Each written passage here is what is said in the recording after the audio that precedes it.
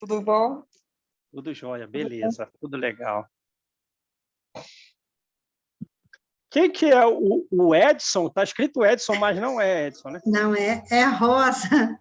Oi, Rosa, tudo bom? Tudo. Eu preciso mudar aí. Sim, é o esposo, né, Rosa? É. Beleza, beleza. Ô, Marli, filma você aí, né? Olha, a Simone chegou. Oi, João. Oi, gente. Boa tarde a todos. Quero ver. Simone. Boa Quero tarde ver a todos. você. Quero ver vocês, galera, porque, né? Todo mundo É está a, é a forma de aproximação agora, né? É essa. Graças a Deus que a gente tem essa forma aqui de poder um olhar o outro, tudo, né? Verdade, é. Verdade. Cadê o seu Hélio, Deise? Tá sem som, Deise. Tá sem som. Não, não ligou. Não.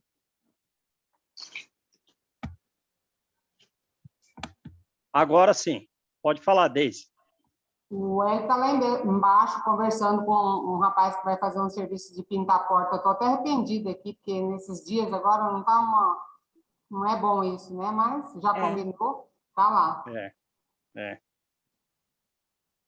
É só usar máscara, ficar um pouco distante, não tem nada. Vamos vamos lá, né, gente? Vamos começar. Vamos lá. Vamos à nossa oração, né? Mestre Jesus, aqui estamos, Senhor. Somos espíritos em construção nas tuas mãos, nas mãos dos espíritos, que são teus emissários, mais sábios, mais amorosos do que nós, que dentro da nossa liberdade buscam nos conduzir para que adquiramos sabedoria e sentimentos que jamais possuímos. Sabemos, Senhor, que estamos muito distanciados de um amor verdadeiro, de um sentimento de compaixão e de vontade de auxiliar inquebrantáveis, que seja esse sentimento independente dos erros alheios.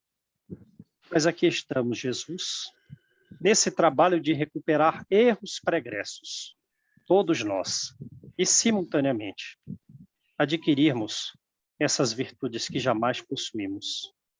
Jesus, mantém as nossas mentes atentas para que nós consigamos avançar de forma satisfatória a nossa própria consciência e que possamos, após esta vida, encontrar um representante teu com um sorriso sereno e um olhar de aprovação pela vida que tivemos. Sabemos, Senhor, que temos dificuldades, que temos percalços, mas o importante, como diz o Divaldo, é a vitória final. Ainda que percamos algumas guerras, que caiamos aqui e ali, ajuda-nos na conquista dessa vitória, que há de trazer uma paz definitiva às nossas próprias consciências. Abençoa-nos a todos, Senhor. Queremos ser um corpo coletivo de constante auxílio ao próximo, para levantar as almas humanas que outrora fomos nós mesmos que as derrubamos. E assim, Senhor, todos nós juntos possamos levantar e seguir em tua direção. Abençoa-nos hoje e sempre, graças a Deus. Graças a Deus. Então, vamos lá, né, gente? Tem um negócio na frente, não tá dando para ver a Simone. Ah, pronto, agora. Tá mudo, Simone?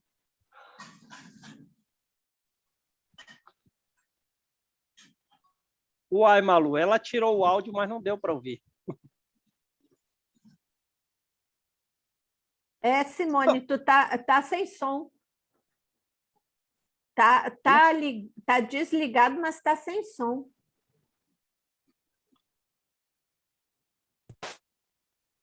Acho que agora vai. Eu estava com fone de ouvido, talvez o fone deu algum problema, né? Vocês estão me ouvindo agora? Agora sim. Sim. Agora tá. Ah, era o fone, então, deve estar com algum defeito. Que eu não estava. E o fone estava na frente do celular. Estou tentando entrar no meu computador aqui, mas acho que a minha internet está ruim, gente. Mas vou ficar no celular por enquanto. Aí depois a gente, né? Beleza. Beleza. Então vamos lá. Esses fones têm vida útil curta mesmo, né? Só funciona por uns 6 meses, você tem que comprar outro, né? Então vamos lá. Nós estamos no capítulo 3, né? É um capítulo curtinho, em casa de Pilatos, certo? Então já viu, em casa de Pilatos, o que vai retratar é justamente a estrutura psicológica de Pilatos com a possibilidade de nos levar a quedas significativas. Eu falo nós, né? Mas eu estou falando dos personagens do livro, em especial da própria Lívia e, por consequência, de toda a sua família, né? Porque uma desestrutura de alguém vai implicar a desestrutura familiar, correto? E ao lado de Pilatos, que nós já sabemos quais são as suas intenções negativas, nós temos a própria Fúvia, que, num segundo plano, também quer agravar significativamente a vida dessa família, né? De Lívia, Flávia, Marcos e Públio Lentulus, correto? Beleza? Beleza. Mas, como diz o livro Ação e Reação, nós estamos vinculados aos nossos atos e aos nossos.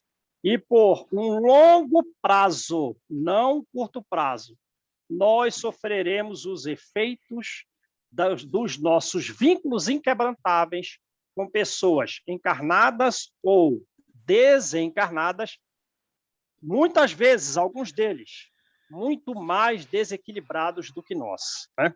Ora, esse é um princípio de regra genérica de todas as épocas, de todos os lugares. Então, as dificuldades que estão no livro e que hoje nós próprios sofremos com os nossos vínculos familiares aqui e ali, isso tem uma origem no passado. E nós próprios contribuímos para as pessoas terem esses desequilíbrios que hoje têm. E, portanto, a vida atual e a época, a vida no livro, é uma oportunidade de reencontro com inimigos sob o véu do esquecimento para sofrer desses inimigos as agressões, as invejas, os ciúmes, de forma que o nosso pensamento e o nosso sentimento sejam burilados por essas agressões alheias, né? Com essas pessoas com quem nós temos vínculos e sofreremos efeitos por longo prazo, ao longo da história, de um processo evolutivo nosso. Beleza? Então, é um resumo mais curto do que trata esse capítulo. E olha que é o começo das provas que eles vão viver em Jerusalém, né? De Pilatos a iniciar com Pilatos e Fúvia no desregramento dessa família. Então, vamos lá. Começa o livro descrevendo a secura que dá à região de Jerusalém uma beleza melancólica, né? Como nós vemos a Amélia Rodrigues escrever diversas vezes falando exatamente a mesma coisa, não é isso? Só tem uma região ali próxima que parece mais viva, e a Amélia Rodrigues ainda acrescenta dizendo que as próprias pessoas de Jerusalém são meio parecidas com a paisagem. São como? São meio secas, são meio áridas. Mas as pessoas da Galileia, que é a região verde, que é a região alegre, também são assemelhadas àquela região alegre, àquela região verde, certo? Ora, aí acrescenta mais, os infernos somos nós próprios que os criamos, certo? Os ambientes umbralinos, nos seus diversos graus, região de treva, região abismal, nós próprios o criamos, porque o ambiente externo no qual se vive é fruto do nosso ambiente interno, né? E que Deus se aproveita dessas securas, dessas arestas agressivas humanas para os próprios doentes, né? Como um pai aceita aquelas feridas que o filho se provocou num determinado acidente para a recuperação do próprio filho. Beleza, então essa é a região de Jerusalém. No contexto social, está significativamente transformada. As questões de arte estão mais ao modelo da construção grega. As construções herodianas são agora no modelo grego, abandonando aquelas inscrições, aquelas construções talhadas na rocha viva, né? Bom, e dentro de todas essas obras, quem se destaca mais é o templo da cidade, né? Que foi reconstruído admiravelmente a partir do ano 21, mas que nunca acabou de ser construído. Até o ano 70, quando Tito destruiu, então a gente está vendo aí quase 50 anos de construção, nunca acabou de construir aquele templo, né? Só as portas levou mais de 8 anos para serem feitas as portas, lembram? São portas magníficas, de largura e de altura, assim, para mais de 20 metros, né? Então, era a joia das construções ali. Ele está fazendo uma descrição da cidade de Jerusalém. O templo, pátios imensos, né? Reuniões diárias da aristocracia. E lá dentro ali tem tudo. É o fórum, são as universidades, se discute as questões do direito civil, do direito penal e as questões religiosas. Ou seja, é uma teocracia, né? E todos os problemas da pátria são discutidas ali, naquele templo. Bom, e os romanos? Romanos também, pelo seu domínio político, né, que vai levar à sua ruína futura, gênios militares, como diz o livro A Caminho da Luz, né? Gênios militares, espíritos bélicos, e insuflaram Roma no domínio do mundo, também vão levá-la à ruína, né? Vão levá-la à ruína. Então, mas em Jerusalém, lá os israelitas se reúnem diariamente para discutir todos os assuntos, e os romanos também estão presentes no local, sem interesse religioso, preocupados com os interesses políticos e sociais, fiscalizando todo mundo de uma torre Antônia, né? Que a gente também lembra do livro de Amélia Rodrigues, né? Ela sempre põe como um vigilante de pedra ali, né? 4 torres, tomando conta de tudo o que acontecia ali. Como diz o Evangelho, muitas vezes nós estamos despreocupados com o que nós deveríamos nos preocupar, né? E estamos preocupados com aquilo que a gente tinha que deixar de lado, né? Aí é o que acontece com quem? Com Públio Lentulus. Por quê? O que é que ele deixou de preocupar-se que ele deveria se preocupar? Lembram? Com o incidente do prisioneiro. Exatamente, o incidente do prisioneiro Saul de Gioras, né? Não, deixa para lá. Não foi investigar que no mundo de provas e expiações, uma pedra dentro de um contexto de corrupção vai levá-lo a viver significativas provas, que nós vamos ver ao longo do texto. Mas ele ali, não. Se ele fugiu, e aí, deveria ser mais atento, como ensina Emmanuel no livro Paulo Estevão, porque, não, isso pode ser uma mentira. Não, mas aceitou. Se fugiu, voltou para a casa do pai. Depois eu dou um indulto, está livre, do capítulo anterior. Pode esquecer. Né? A Lívia está com uma semana de contato com aquelas pessoas ali, já está sofrendo significativamente aquela aridez. Né? Mas é o que fala o livro Ação e Reação. Nós estamos vinculados a determinadas pessoas, muitas vezes bem mais desequilibradas do que nós, e nós sofreremos um longo prazo em contato com essas pessoas. Ela está com uma imensa saudade de Calpurnia, que é uma mulher muito nobre. Né? A outra, a Fúvia, que é a irmã de Cláudia, a esposa de Pilatos, já está com uma imensa inveja do nível evolutivo dela, né? Da sua inteligência, da sua humildade, da sua simplicidade. E, ó, está sempre com uma fala mordaz, está sempre com uma fala irônica.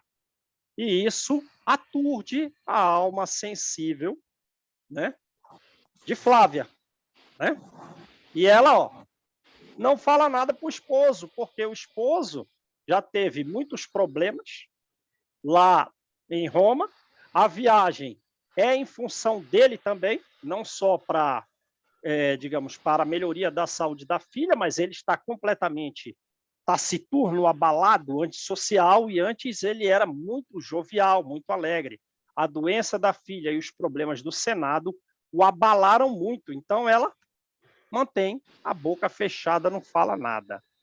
Bom, beleza. Nessa semana, uma semana, Pôncio Pilatos, e naturalmente um cortejo de outros, né? A esposa, o tio dele, a Fúvia, estão todo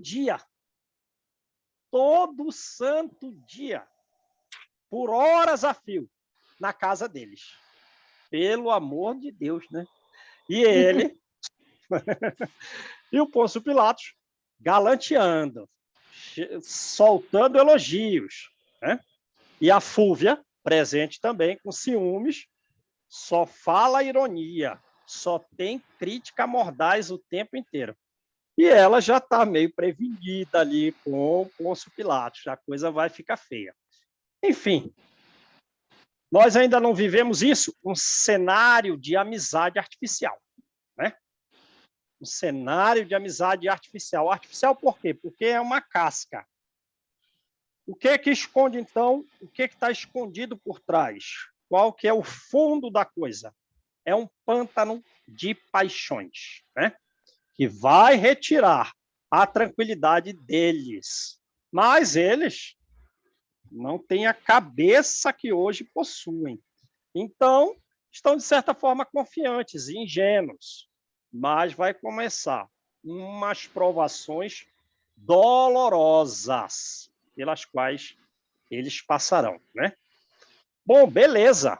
Pilatos está ali todo dia, mas ele já está maquinando. O pântano da paixão dele está dizendo o quê? Vou trazer essa mulher para morar na minha casa. Sim? Não é essa a intenção dele? É essa a intenção dele. E ele começa fazendo o quê? Vou oferecer um jantar. Um jantar que é aquele jantar. Um jantar daquele que a gente nunca foi, talvez a gente hoje não quisesse frequentar, né? Não quisesse ir, não. É um jantar, né? Uma capa de fraternidade, mas a coisa ali é brava, né? Então, assim...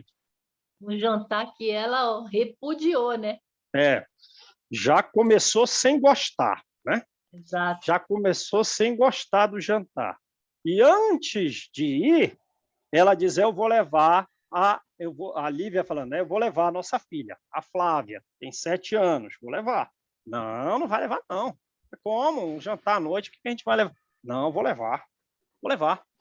Ora, porque o que acontece? Quando ela vai ser galanteada pelo Pôncio Pilatos, o que ela faz? Não, eu vou exercer minha tarefa de mãe. Eu vou fugir dos galanteios para o exercício da tarefa materna. Então, ela quis levar a filha como uma proteção por ela através do trabalho da maternidade. Levou. Levou. Contrariou o senador, mas levou, né? Ora, ela era o freio dele.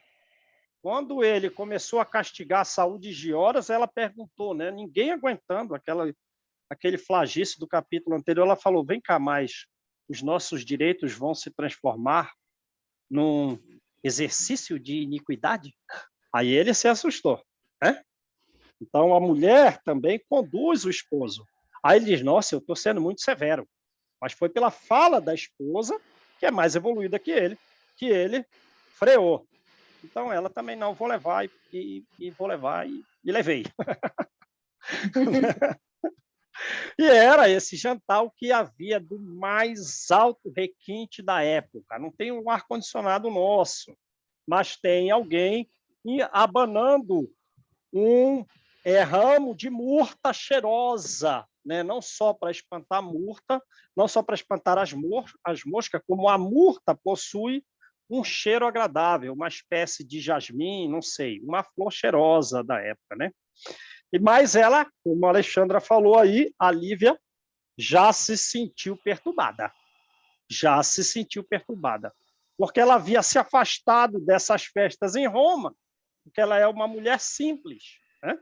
E agora encontra essa festa de novo. Imensa quantidade de escravos,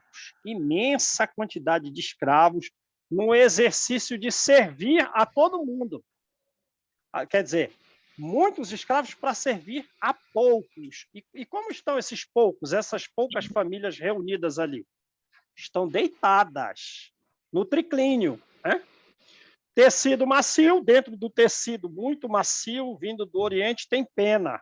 E tem pétalas de rosas e outras pétalas de outras flores espalhadas ali naquele ambiente, né? Ora, as baixelas são de ouro ou são de prata? Os pratos, as iguarias, são extremamente organizados. Você acha que é o nosso frango do mercado? Não. Extremamente organizado. E tem os provadores de comida. Tem 15 serviços. Quando você chega na festa, alguém tira o seu sapato. A cada vez que você come, vem uma bandeja de ouro ou de prata com água gelada. Como conseguiu essa água gelada? Se não tem geladeira na época, tem que pegar neve. Ou é água quente para lavar as mãos. Você joga a comida onde? Não tem cesto de lixo. Você joga no chão, mas alguém vai tirar o seu lixo dali. Ou seja, tem 15 serviços, alguém está tirando... eu estou com um calo no pé, alguém vai tirar o calo do seu pé, alguém te serve bebida. No início da festa, é um vinho servido com mel, né? E eles envelheciam o vinho, admiravam o vinho envelhecido com mais de 100 anos. Era uma frase comum em Roma dizer o seguinte, o vinho, ele chega a 100 anos, portanto, ele é até mais velho do que nós. Então, o vinho é a vida.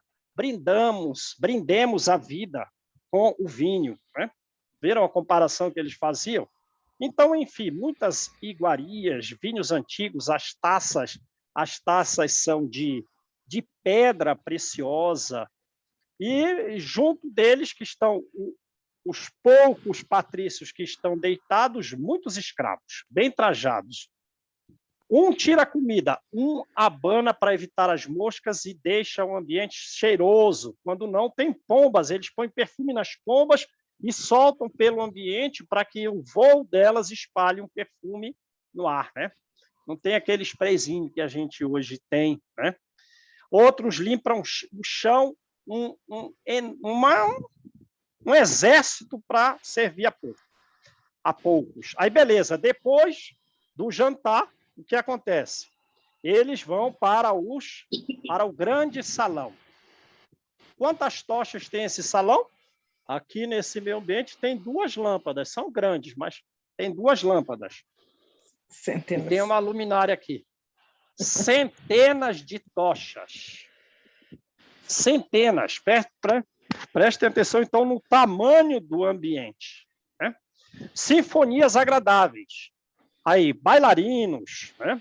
Acrobatas, dançarinos, eles dançam uma dança sensual, uma dança apaixonada. E essa era a intenção. Qual? Despertar a inferioridade dos senhores. Lembram? Lembra do capítulo anterior? Se no começo da história de Roma, uma história de muito trabalho, protegeu as famílias romanas, né? É até a existência do direito romano e a formação da família que vai levar à possibilidade de Jesus reencarnar, de Jesus nascer entre nós, né? Não reencarnar, porque Roma desenvolveu um direito, né? Todos os direitos atuais são baseados no direito romano. É claro que os escravos não possuíam direito, né? Mas qualquer pessoa que fosse cidadã romana, ela tem direito. Elas tinham direito. Em graus distintos, mas tinham direito.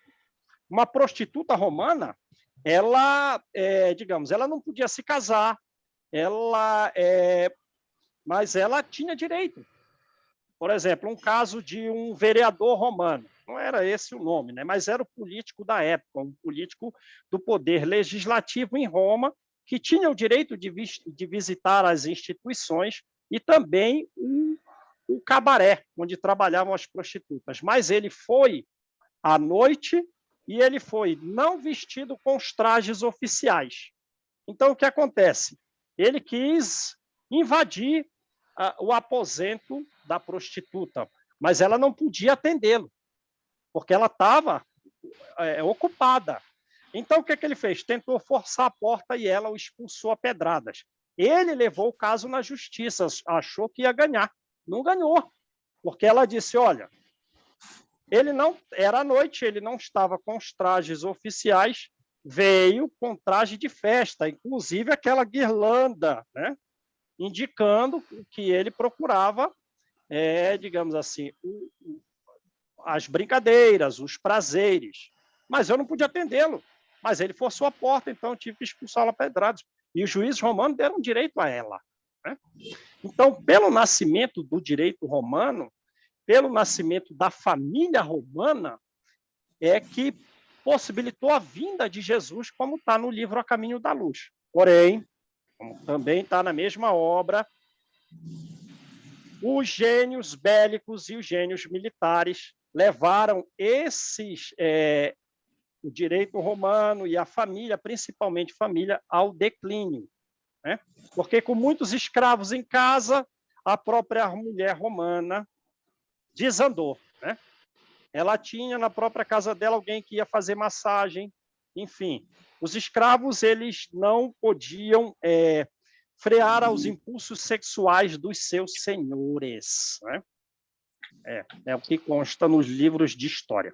Então, ali na casa de Pilatos, naquele jantar, jovens dançam sensualmente, despertando a vontade, né, sexual dos seus senhores. E já estão preparados. Também vai ter uma luta de gladiadores. Ou seja, alguém vai morrer ali para que seja um espetáculo humano admirável. Mas, a pedido de Lívia, foi poupada, digamos assim, esse espetáculo sangrento foi poupado. Beleza, depois desse salão, o ambiente está muito quente, é uma noite quente, então eles vão se dirigir para onde? Vão se dirigir para o terraço. Ora, é uma área aberta, né? Então, aqueles importantes políticos não podem estar sozinhos. Eles têm que estar, então, já que não estão num ambiente fechado, com auxílio da guarda pretoriana, né? Que os protegia. Quem é o comandante dessa guarda pretoriana? Vocês lembram? Suplício. Sulpício Tarquínios, né? Ele é o comandante. Agora ele, então, se junta ao grupo. Ele é um lictor. Ele usa um machado. Já viram alguém saindo pela rua aí de machado? Então, isso aconteceu, né?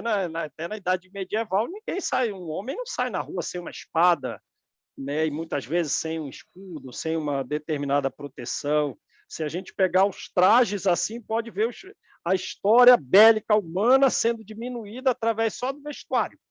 Mas nessa época de Roma aqui, Sulpício Tarquinius usa um machado, né? Bom, pela festa, assim, o Públio Lentulus elogia o Pilatos. E aí chega exatamente onde Pilatos quer. Mas senador,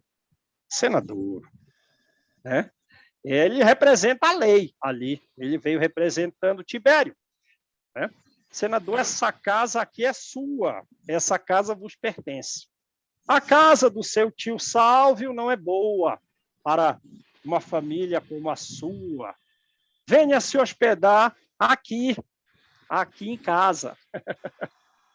Né? Quais são as intenções dele? É isso? Né? Uma capa de fraternidade. Né? Aí o tio dele, não, né? Também não. Também quer ser útil a alguma coisa, não é isso? Aí fala para a esposa dele, Fúvia, né? Não, vamos nós ser úteis aos nossos familiares. Aí pede a opinião da esposa. A esposa vai falar o quê? Olha. A esposa não gosta muito, né?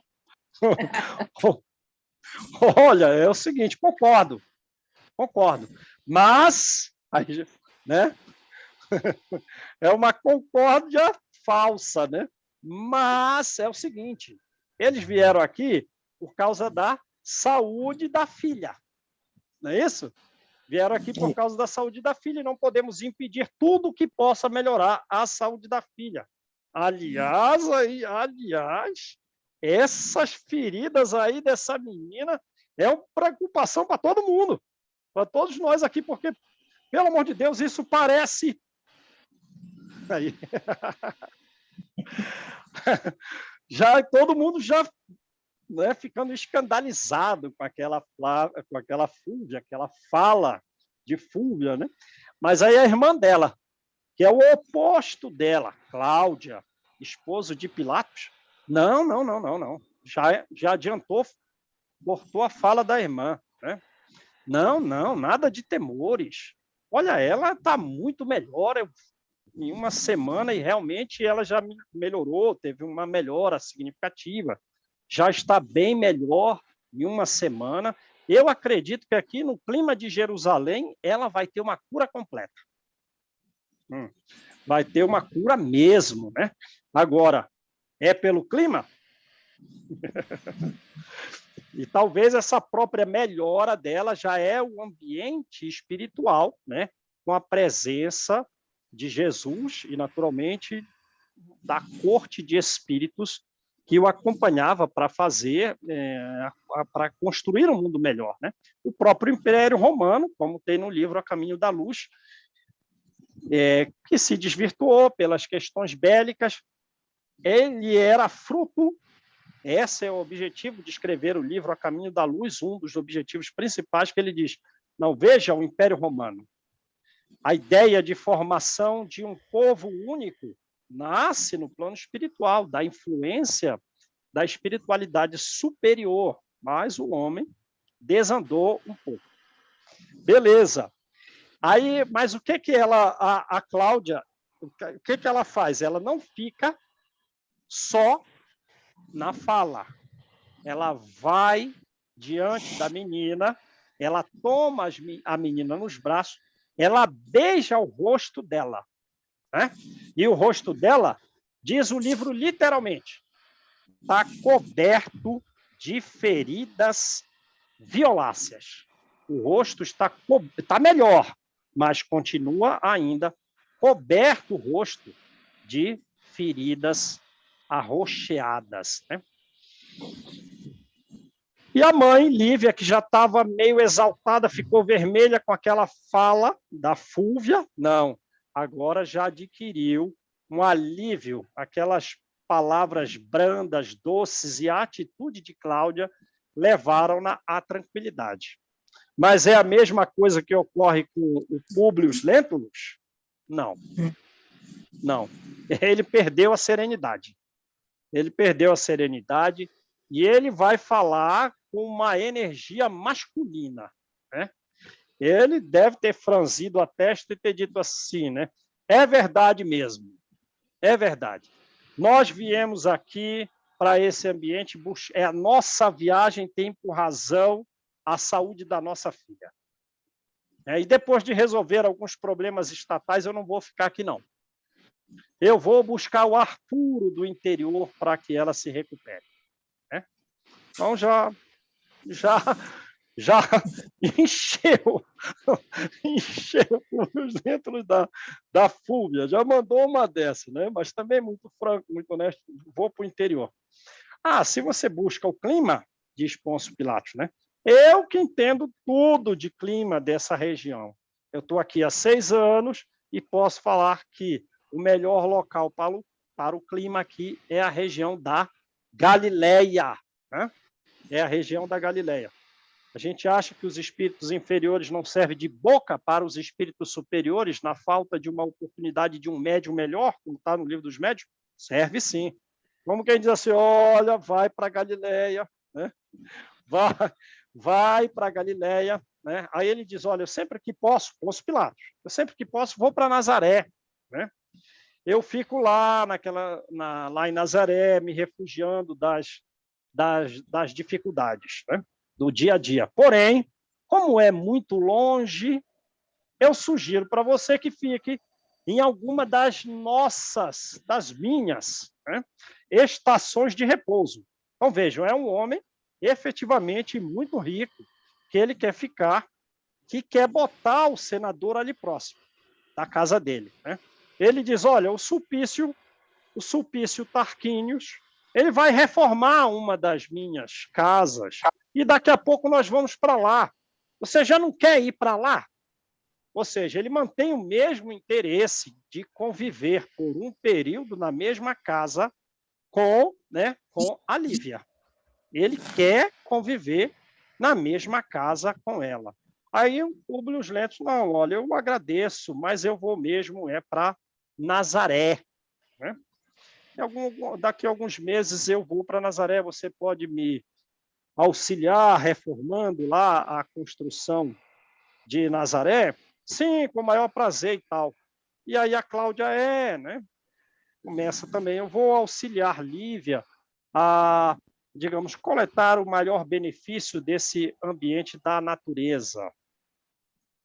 Beleza, aí Emmanuel faz até... Emmanuel, é Públio Lentulus, não tem Emmanuel ainda, não nasceu ainda essa semente de Emmanuel. Né? Públio Lentulus diz assim, ó, olha, desde que vocês não virem judias, para mim está tudo bem. Né? Provocou ali, aí todo mundo caiu na gargalhada, e por esse ar de brincadeira, e como o Sulpício Tarquínios tinha sido evocado para realizar aqueles determinados serviços, ele entrou na conversa.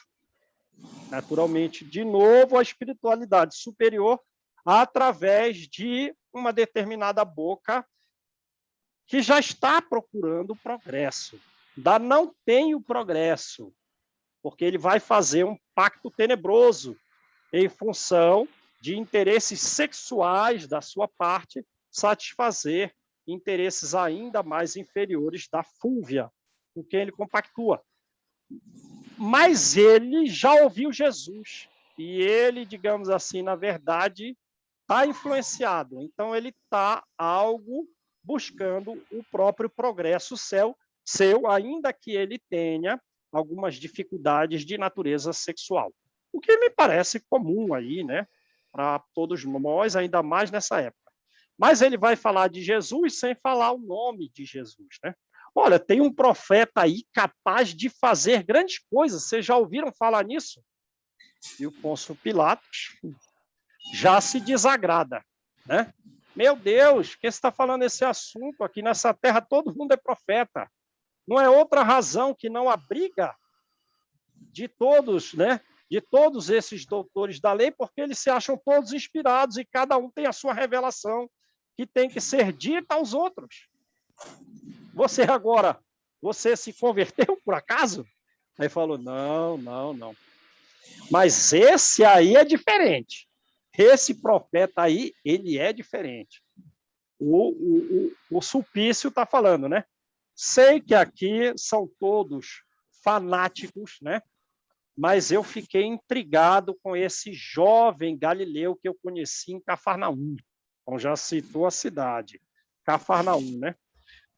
Num determinado dia, numa praça, ele estava fazendo uma explanação e tinha uma multidão sentada nas pedras, a multidão sentada na areia, completamente no estado de êxtase com as palavras que ele falava.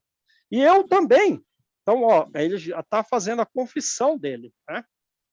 Da sua transformação, da sua busca para Jesus, né? Eu também fui tocado por uma força misteriosa e eu me sentei para ouvi-lo.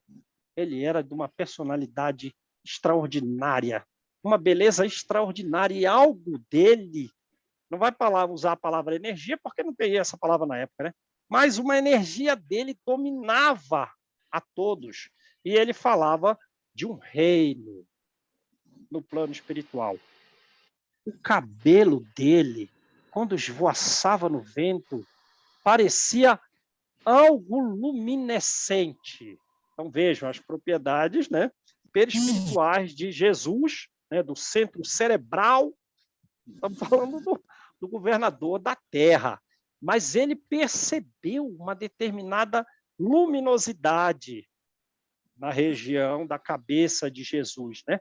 E dos olhos dele partia uma piedade, um amor infinito. Mas ele era pobre, ele estava descalço, mas a túnica era muito alva e os traços eram delicados, né? E ele não falava.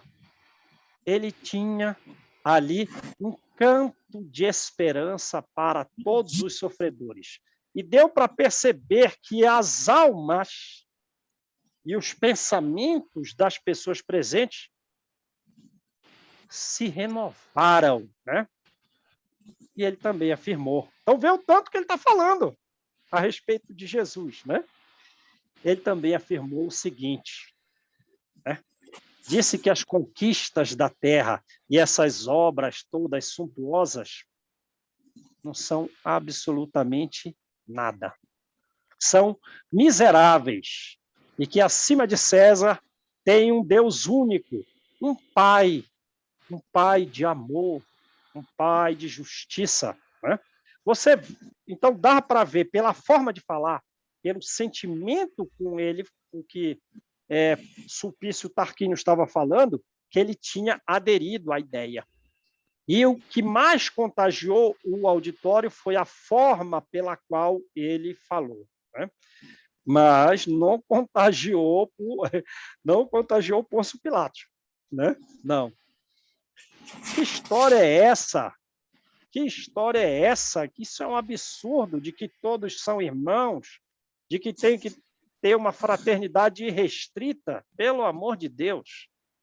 A história do Deus único a gente já conhece, isso é velho, apesar de ser ignorante isso, né? Não aceita nem a ideia do Deus único.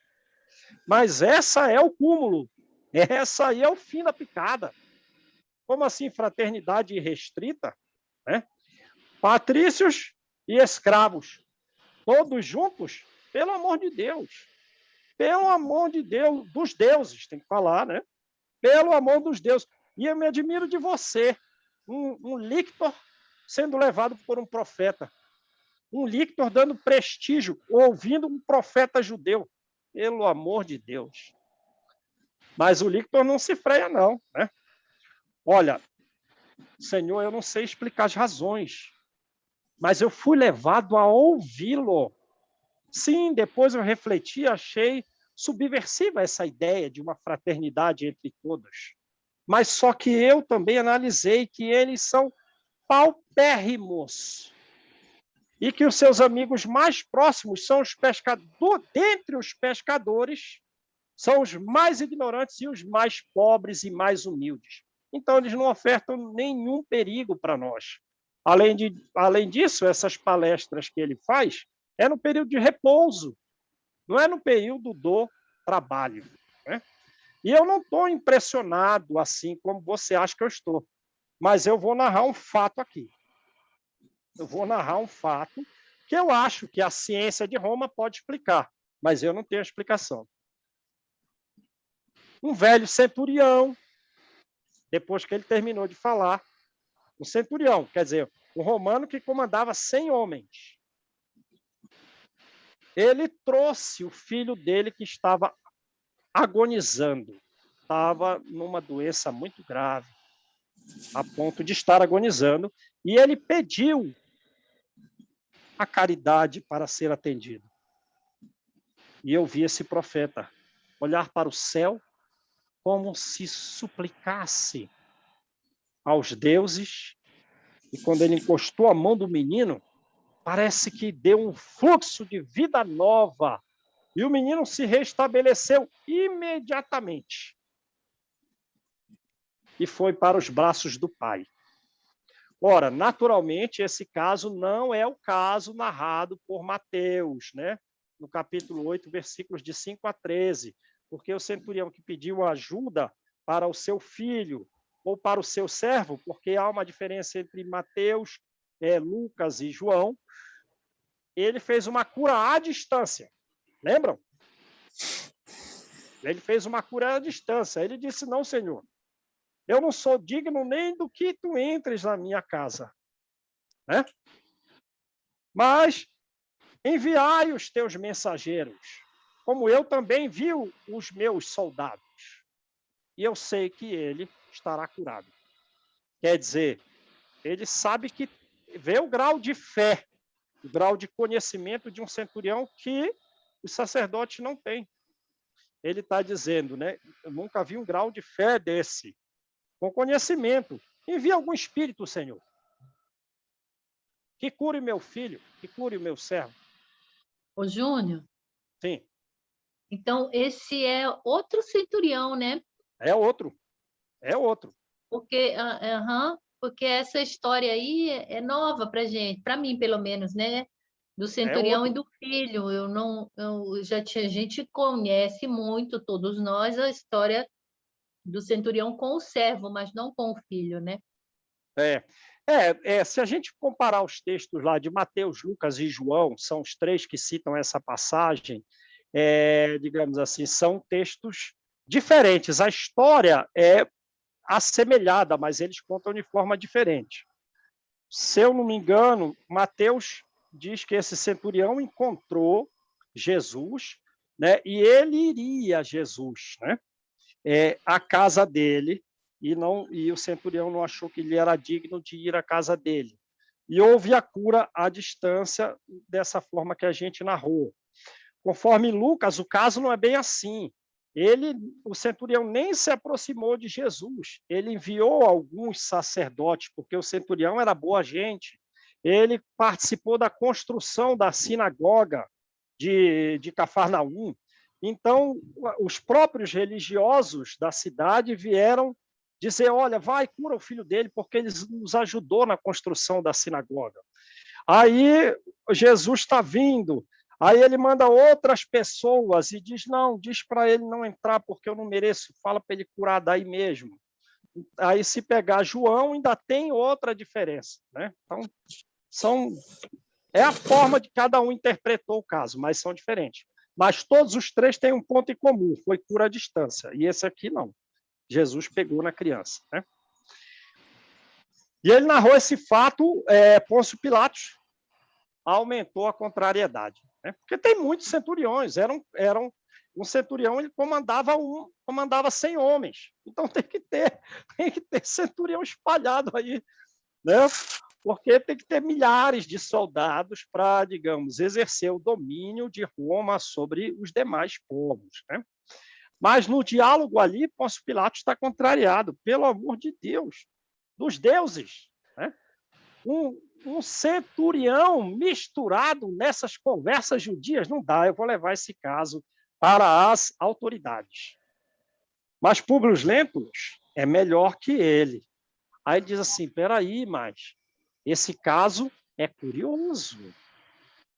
É um caso curioso. Ora, e naturalmente ele tem interesse na filha.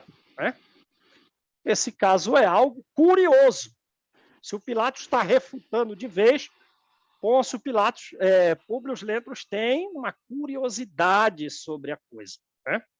Agora, o Pilatos, não, ele insiste, né? Não.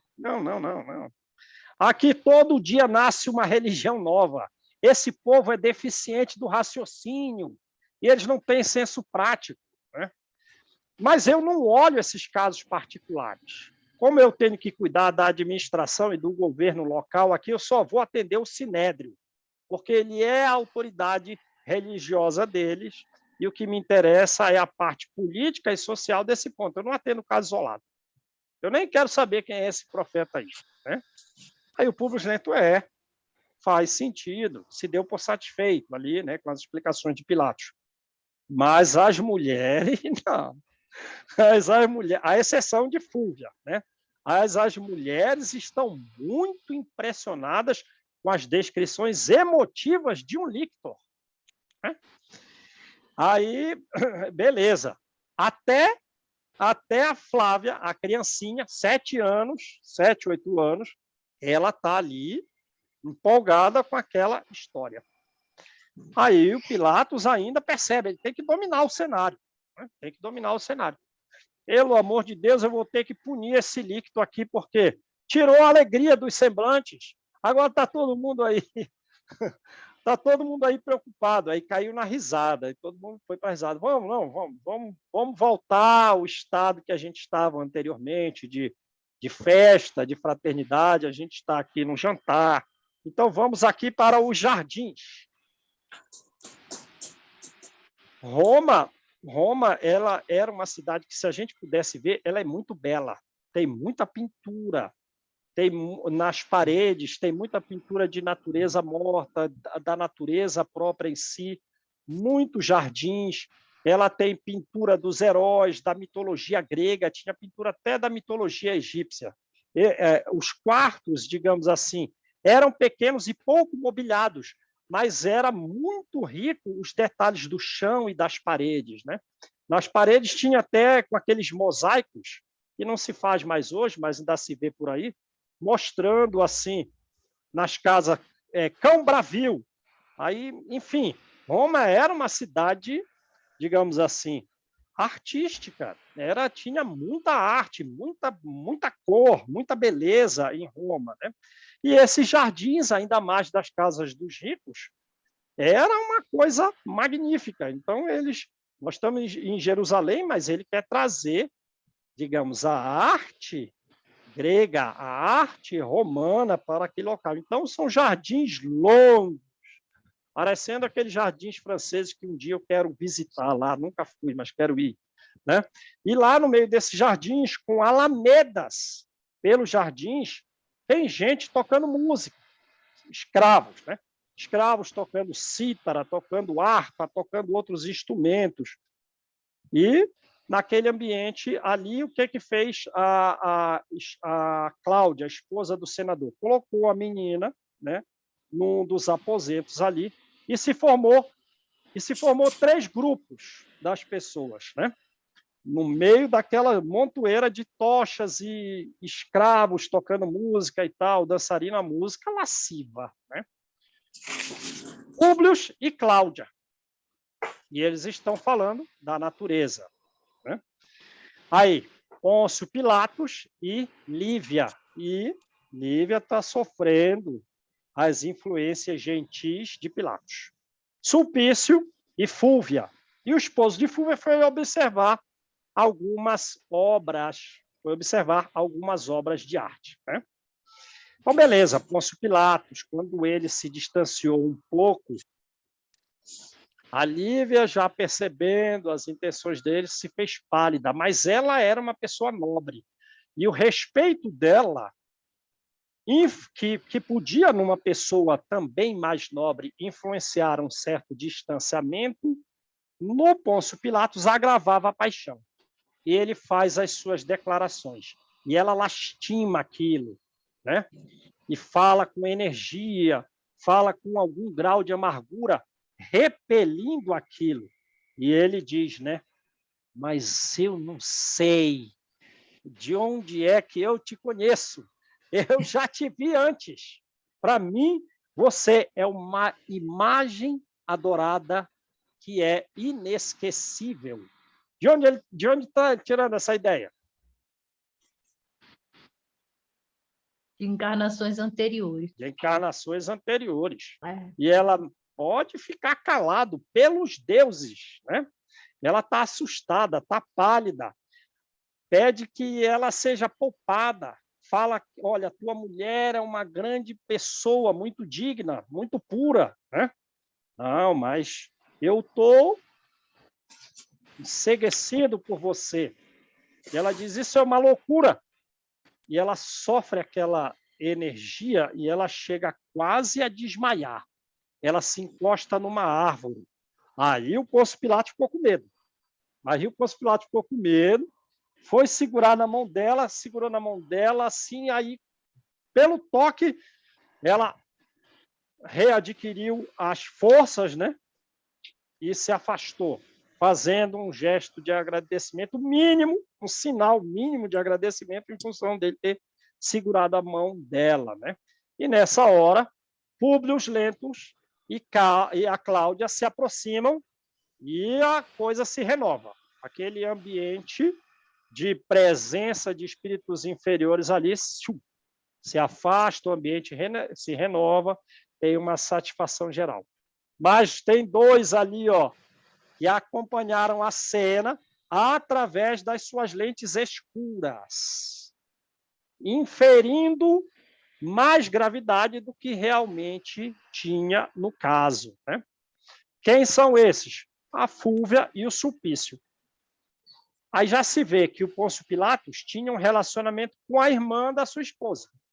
Porque ele diz, olha, você perdeu a graça diante do governador. E a Fúvia, tremendo de ódio ali, de raiva, de despeito, né? Ficou em silêncio, nem respondia a ela. Feito um tigre bravo. Lembra dos tigres que tem no livro Ação e Reação? Ela só parou de observar depois que a Cláudia e o Pôncio Pilatos e o Públio Lentulus se aproximaram, né? Mas aí ela já está dominada pela espiritualidade inferior e pelo estado dela própria.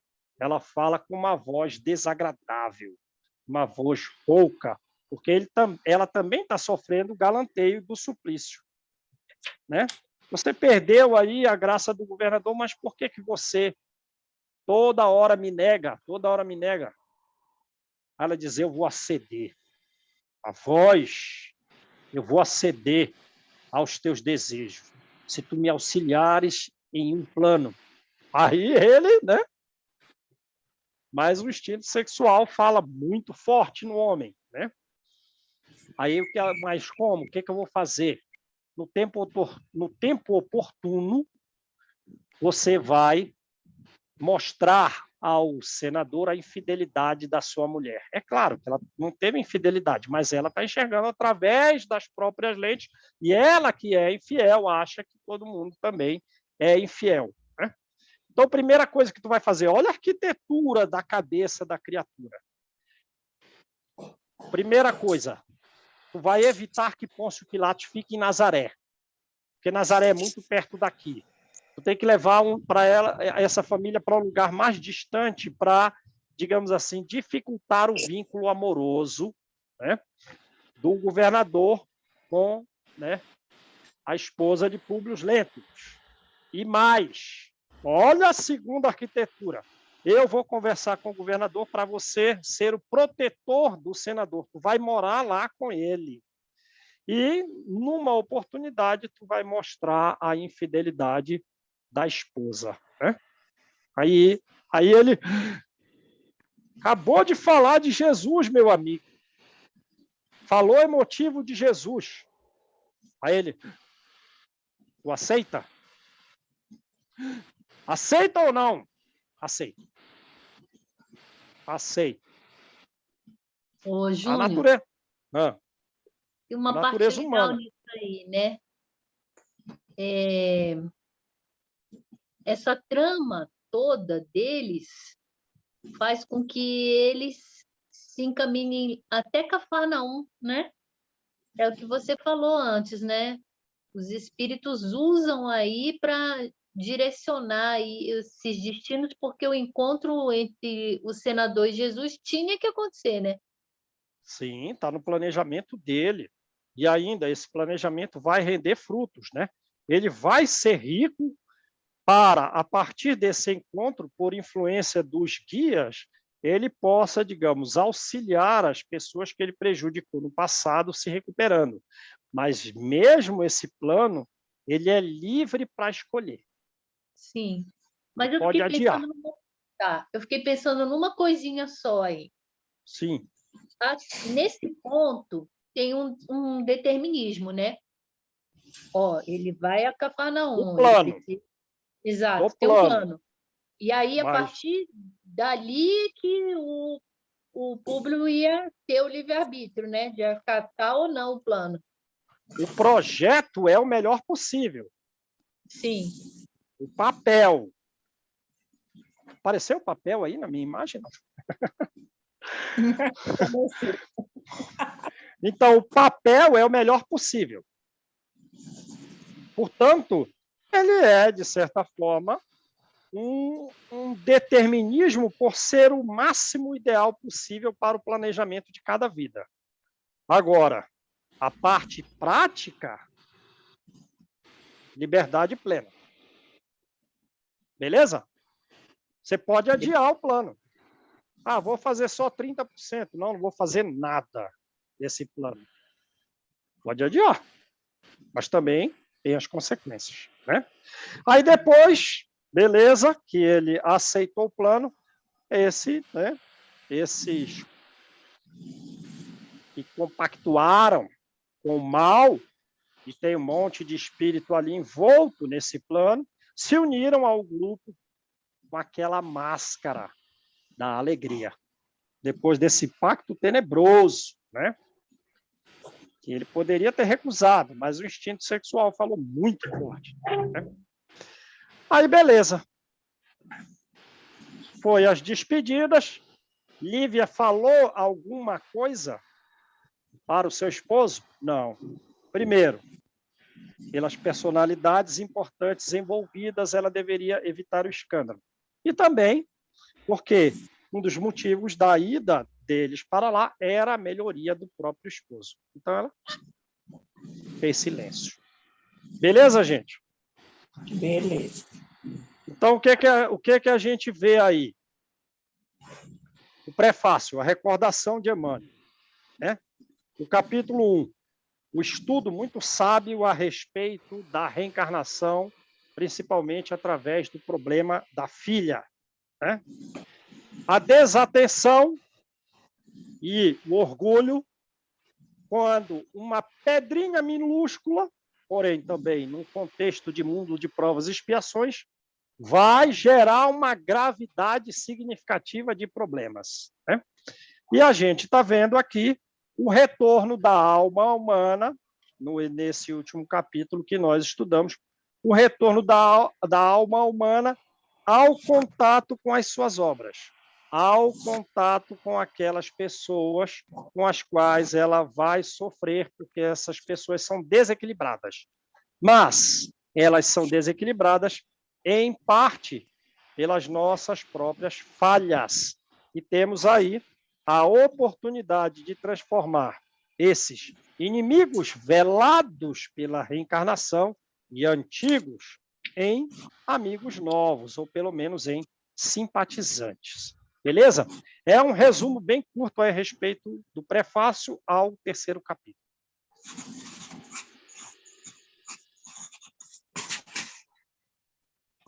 Joia, ótimo, João.